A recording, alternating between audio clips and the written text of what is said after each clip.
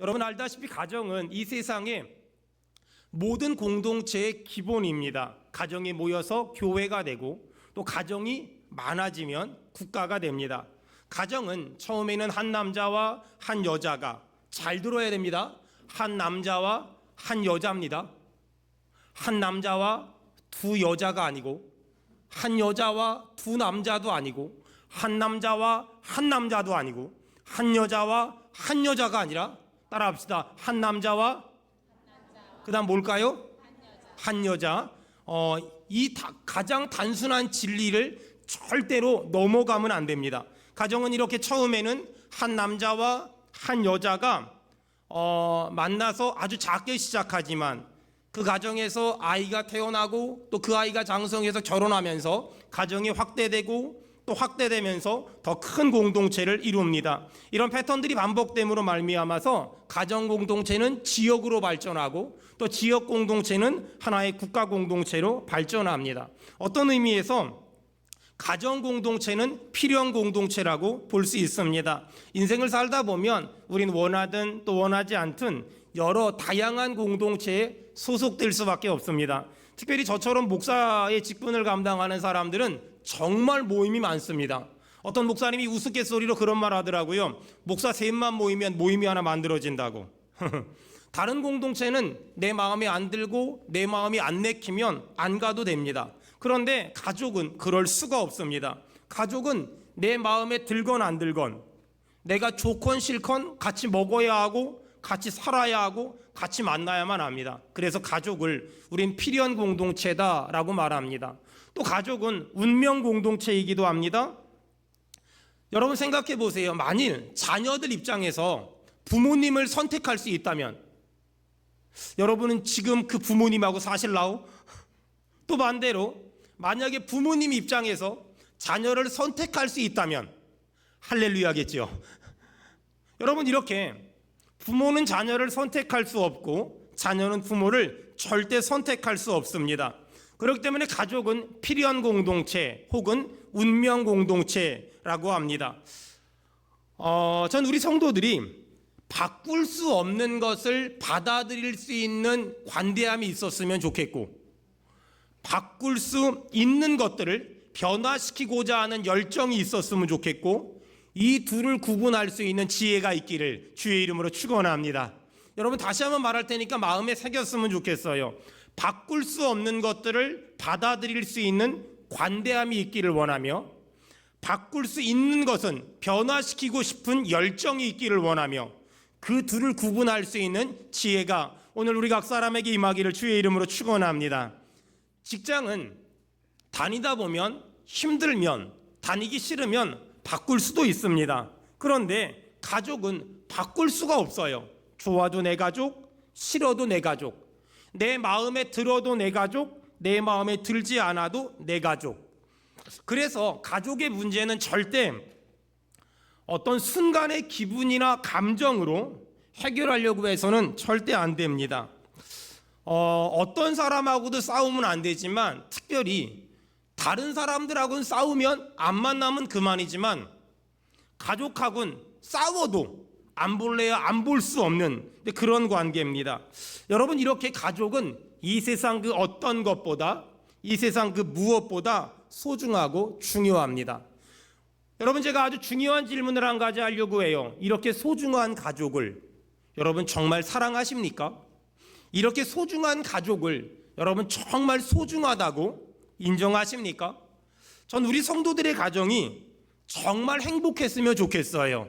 여러분 행복하길 원하는 사람 우리 아멘 합시다. 살다 보면 사업이 힘들어질 때도 있고 세상 사는 게 버겁다고 느껴질 때도 있어요. 근데 말이에요, 가정이 평안하고 가정이 행복하면 다 이길 수 있고 다 넘어갈 수 있어요. 전 우리 성도들이 가정 때문에 아파하고 속상해하는 것이 아니라 가족 때문에 힘을 내고 가족 때문에 다시 일어날 수 있었으면 좋겠어요.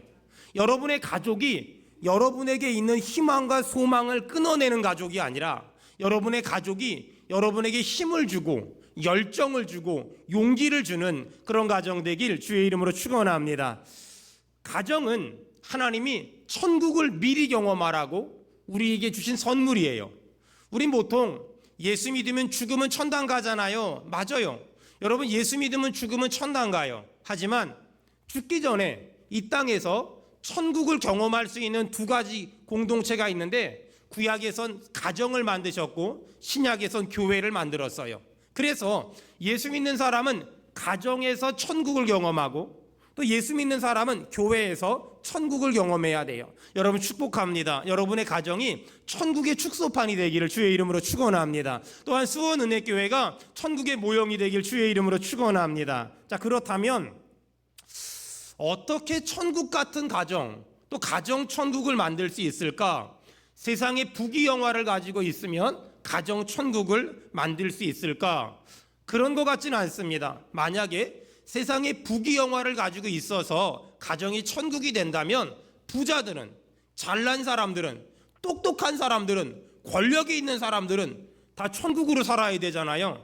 근데 그런 것 같진 않아요. 그렇다면 어떻게 하면 가정 천국, 어떻게 하면 천국 같은 가정을 만들 수 있을까? 가정 천국은 세상의 부귀영화로 만드는 것이 아니라 가족 간의 더 좋은 관계, 가족 간의 더 끈끈한 관계, 그 관계를 통해서 만들어집니다.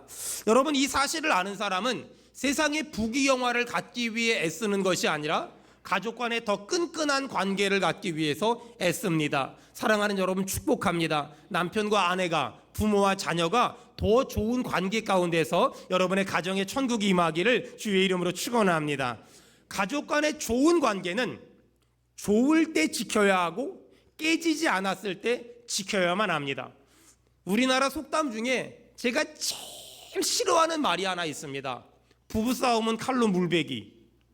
저도 20년 이상을 살아보니까 부부싸움을 해봤을 거 아니에요. 근데 저는 부부싸움 하니까 아프던데요. 저는 부부싸움 하니까 힘들던데요. 저는 부부싸움 하니까 설교가 안 되던데요. 전 부부싸움 하니까 일상의 삶이 안 되던데요. 여러분, 그래서 부부싸움은 칼로 물베기란 말에 절대 은혜 받지 말고요. 여러분, 여러분의 가정을 축복합니다. 싸움이 없기를 바랍니다. 저는 우리 성도들의 가정이 그 어떤 싸움도 하나도 없으면 좋겠다, 그런 생각이 들어요. 특별히 우리가 싸움이 없는 가정을 만들려면 어떻게 해야 될까? 이렇게 하면 돼요. 내가 다른 사람이라면 어떻게든 참았을 텐데 내 가족이어서 절대 못 참아. 여러분, 이 말은 굉장히 맞는 것 같지만 완전히 틀린 거예요. 보세요. 내가 다른 사람이라면 참았다면 내 가족은 더 참는 것이 상식이에요. 내가 다른 사람에 대해서 더 기다려줄 수 있다면 내 가족은 더 기다려줄 수 있는 것이 상식이에요.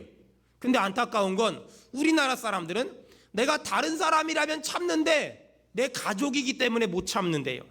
내가 다른 사람이라면 기다려주는데 내 가족이기 때문에 못 기다려준대요. 그래서 부부싸움을 하고, 그래서 부모 자녀 간에 갈등이 있고 아픔이 있어요. 사랑하는 여러분, 생각이 바뀌어야 돼요. 다른 사람이면 참아줄 수 있다면 내 가족은, 내 남편은, 내 아내는, 내 부모님은, 내 자녀는 더 참아줄 수 있는 거, 그것이 성경이고 그걸 일반 상식이라고 말해요. 전 이런 가정 되기를 주의 이름으로 축원합니다. 여러분, 우리 모두는 가정이란 울타리 안에 살고 있습니다. 아주 중요한 질문. 여러분은 가정을 통해서 힘을 얻습니까? 아니면 힘을 뺏깁니까? 어떤 사람은 가정을 통해서 힘을 얻기도 합니다. 하지만 어떤 사람은 가정을 통해서 있던 힘도 빼앗기기도 합니다. 가정이 우리에게 힘을 주는 건 사실인 것 같습니다. 하지만 가족이 항상 우리에게 힘을 주는 것 같진 않습니다. 아주 가끔 가족은 우리에게 있는 힘조차 빼앗아 갈 때가 있습니다. 여러분, 살아봐서 아시겠지만 세상은 그렇게 호락호락하지도 만만하지도 않습니다. 우리 날마다 수많은 고난과 문제와 고통 가운데 살아가고 있습니다. 어떻게 하면 내가 만나는 수많은 고난들, 고통들을 이겨낼 수 있을까? 가정을 통해 힘을 공급받는 사람들은 어떤 고난을 만나도 이겨냅니다. 하지만 가정을 통해 힘을 공급받지 못하는 사람들은 별것도 아닌 문제를 만나도 여기서 넘어지고 저기서 쓰러집니다.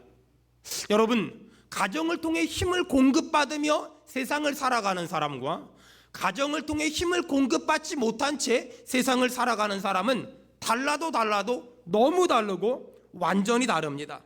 사실 가정은 나에게 큰 힘을 주고 큰 용기를 주는 건 맞습니다. 하지만 가족이 항상 우리에게 힘을 주진 않습니다. 사실 세상 일은, 직장은, 사업은 그럭저럭 돌아가는데 가정 때문에, 가정의 일 때문에 죽고 싶어 하는 사람들이 의외로 꽤 많이 있는 것 같습니다.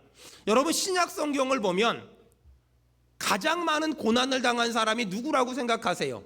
예수님, 그 다음은 사도 바울입니다. 그런데 사도 바울은 수많은 고난과 핍박과 환난과 고통을 당했지만 가족 때문에 힘들진 않았습니다. 왜 그랬을까요? 결혼을 안 해서. 그래서 어떤 목사님이 그러더라고요. 사도 바울이 세계복음화를 한 것은 결혼을 안 했기 때문이다.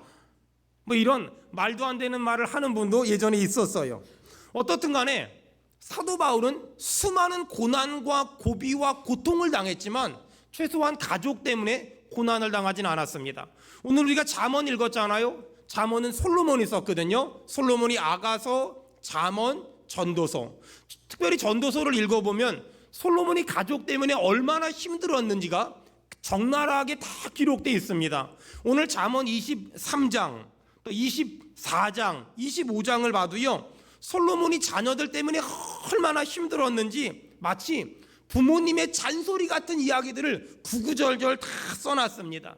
여러분, 이렇게 가족은 아주 가끔은 우리에게 힘과 용기를 주지만 아주 가끔은 우리에게 있는 힘조차 뺏어갈 때가 있습니다. 언제 그럴까요?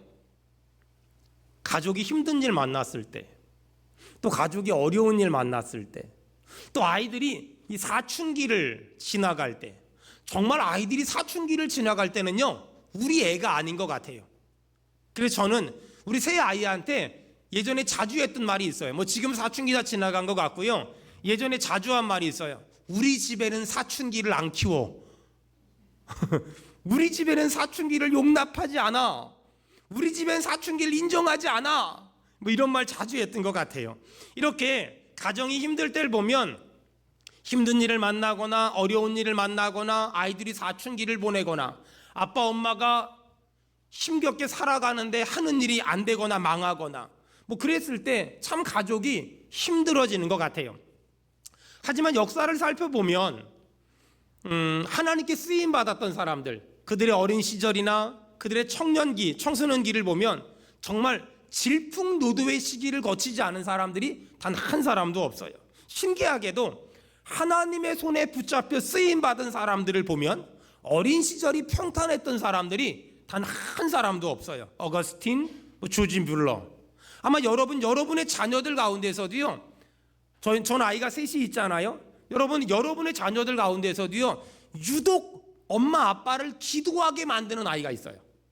유독 아빠 엄마를 기도하게 만드는 애들이 있어요. 신기한 건 그런 아이들이 나중에 더 하나님의 은혜에 사로잡혀요.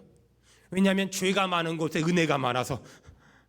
여러분, 가족 중 한 사람이 아파요. 가족 중 한 사람이 넘어졌어요. 가족 중 한 사람이 쓰러졌어요. 어떻게 하라고요? 거기 보니까 여러 지체가 넘어지고 쓰러진 한 사람, 아프고 병든 한 사람, 주저앉고 자빠져 있는 그 한 사람을 가족의 여러 지체가 서로 같이 돌보래요. 여러분, 그것이 하나님의 뜻인 줄로 믿습니다. 가족 중에 어떤 사람이 아픕니까?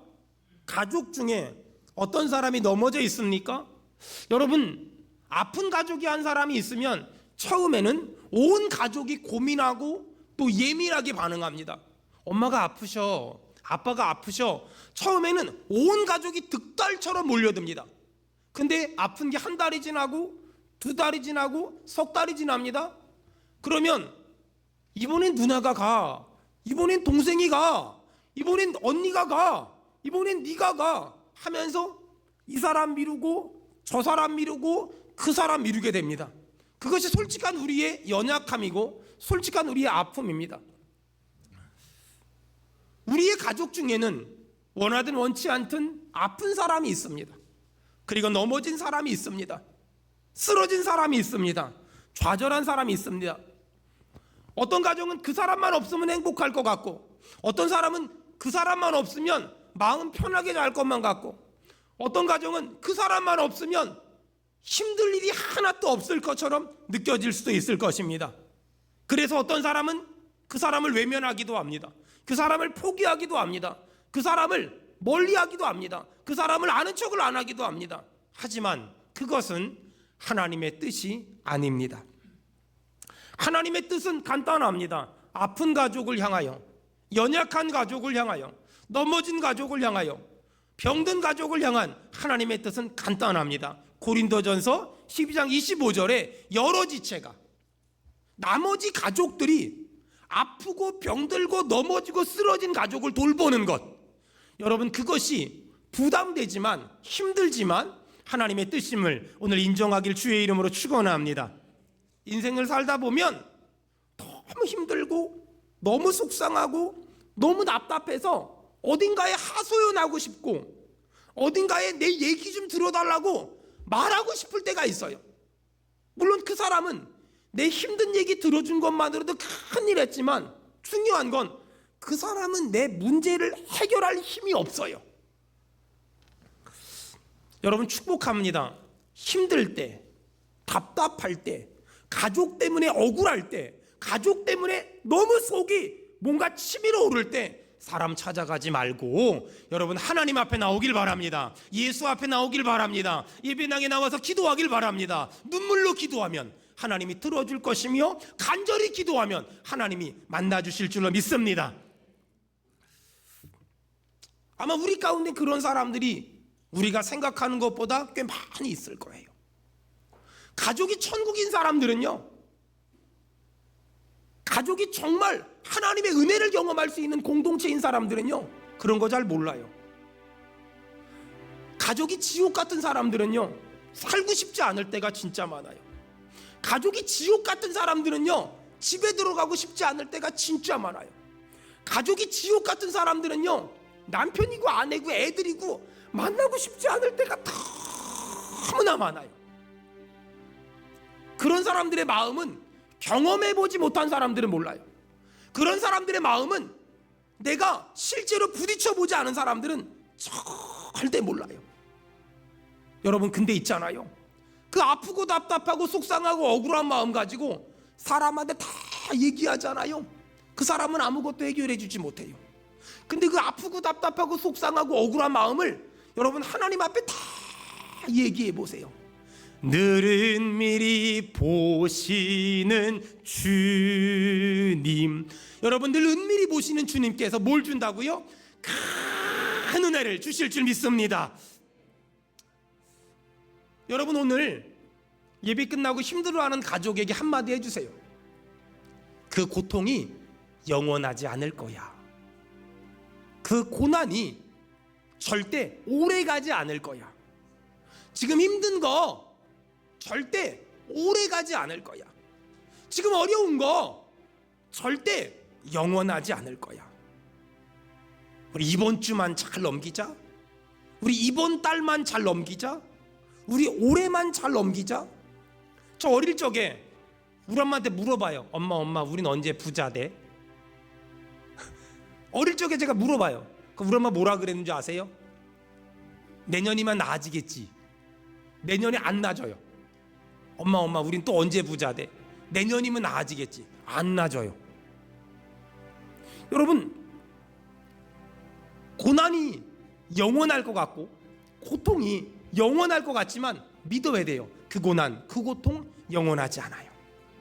여러분 지금 내 남편이, 내 아내가, 내 아이들이, 내 부모님이 살아가다 보니 넘어지고, 살아가다 보니 내 뜻대로 안 되고, 살아가다 보니 내 마음대로 안 되고, 살아가다 보니 내 계획대로 안 돼요.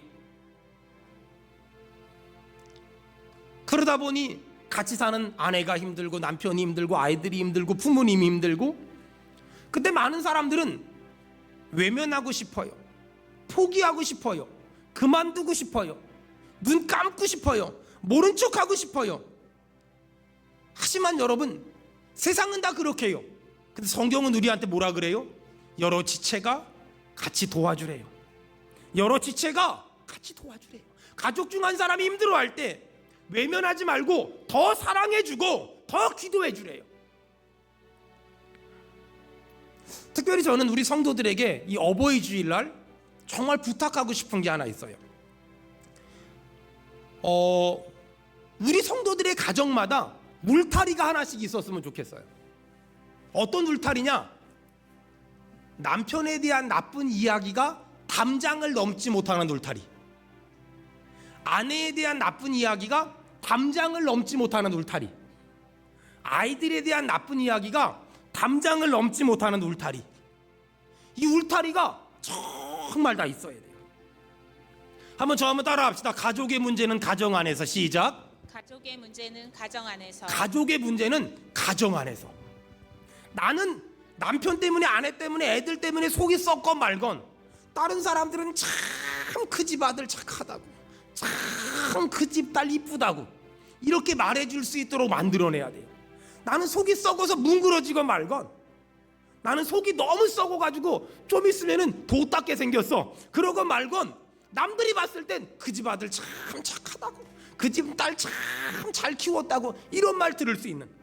여러분, 제가 이렇게 비유하면 될 것 같아요. 가족은요 한 나라와 같아요. 그래서요, 가족에게 속상한 일이 있고 힘든 일이 있고 마음에 안 드는 일을 막 밖에 나가서 여기저기 막 미주알 고주알 딱 얘기하고 다니잖아요. 이거는 뭐하고 똑같냐면요, 국가 기밀을 누설한 죄와 똑같아요. 국가 기밀 누설죄. 보세요, 어느 집이든 문제가 있거든요. 근데요, 중요한 건 그런 문제들이나 속상한 일이나 서운한 일이 이게 가정이란 울타리를 넘어가면 안 돼요. 넘어가지만 않으면 해결이 되거든요. 넘어가면 그때부터 아무것도 해결이 안 돼요. 힘든 시간을 보낸 내 가족이 일상으로 돌아왔을 때 주변 사람들이 선입견을 갖지 않도록, 힘든 시기를 보낸 내 남편이, 내 아내가, 내 아이들이 일상으로 돌아왔을 때 내 가족을 선입견을 가지고 바라보지 않을 수 있도록 내 남편의 실수를, 내 아이들의 실수를, 내 아내의 허물을 담장 밖으로 넘기지 마세요. 그러면 담장 밖으로 뭐만 넘어가야 될까? 좋은 소식, 기쁜 소식. 그래서 남들은 우리 가정을 봤을 때 기쁜 일만 있어, 할렐루야, 즐거운 일만 있어, 좋은 일만 있어, 행복한 일만 있어. 여러분, 남들은 우리 가정을 그렇게 볼 수 있는, 여러분, 그런 은혜가 있길 주의 이름으로 축원합니다. 힘들어하는 가족 포기하지 마세요. 넘어져 있는 가족 비난하지 마세요. 내 뜻대로 어떤 일이 안 돼서 울고 있는 가족, 여러분, 정죄하지 마세요. 가족은 딱 한 가지만 해야 돼요. 고린도전서 12장 25절. 아까 뭐 하라 그랬죠? 여러 지체가 서로 같이 돌보게 하셨느니라. 여러 지체가 남은 가족들이 쓰러져 있는 가족을, 쓰러져 있는 남편, 아내, 아이들을 같이 돌봐야 돼요. 그것이 가족의 역할이에요. 그것이 하나님이 우리를 가족으로 묶어주신 유일한 이유란 말이에요. 사랑하는 여러분, 어버이 주일날 하나님은 부족한 종을 통하여 여러분의 가정마다 아주 중요한 말씀을 하셨어요. 여러분의 가정 안에는 넘어져 있는 가족이 있을 거예요. 쓰러져 있는 가족이 있을 거예요. 그저께도 어떤 장애아이 키우는 엄마한테 문자를 받았어요. 죽을 만큼 힘들다고, 죽었으면 좋겠다고, 죽는 게 낫다고. 제가 그래 답장을 보냈어요. 일단 버티라고, 일단 버티라고, 일단 버티자고, 죽지만 말라고. 사랑하는 여러분, 힘들어하는 가족 더 힘들게 하지 맙시다. 힘들어하는 가족 더 아프게 하지 맙시다. 힘들어하는 가족을 위해서 온 가족이 기도해주면 어떤 일이 벌어질까요? 아파하는 가족을 위해서 온 가족이 작정 기도하고, 넘어져 있는 가족을 향하여 온 가족이 힘을 실어주고 용기를 실어주면 어떤 일이 벌어질까요?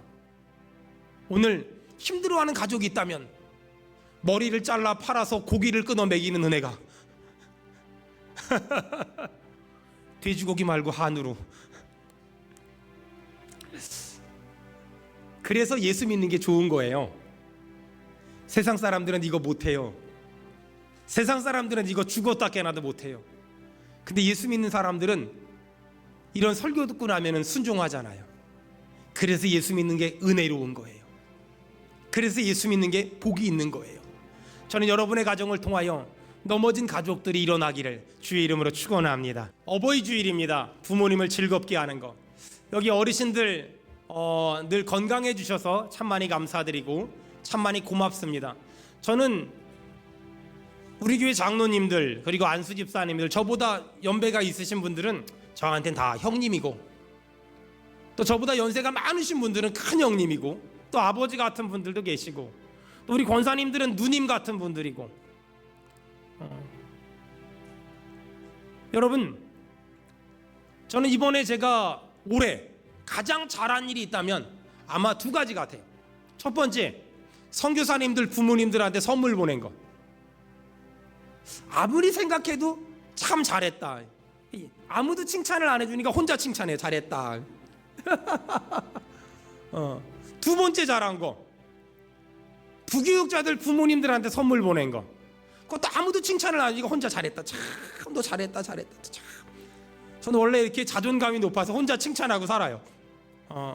불쌍해 보이면 칭찬 좀 해줘요 진짜.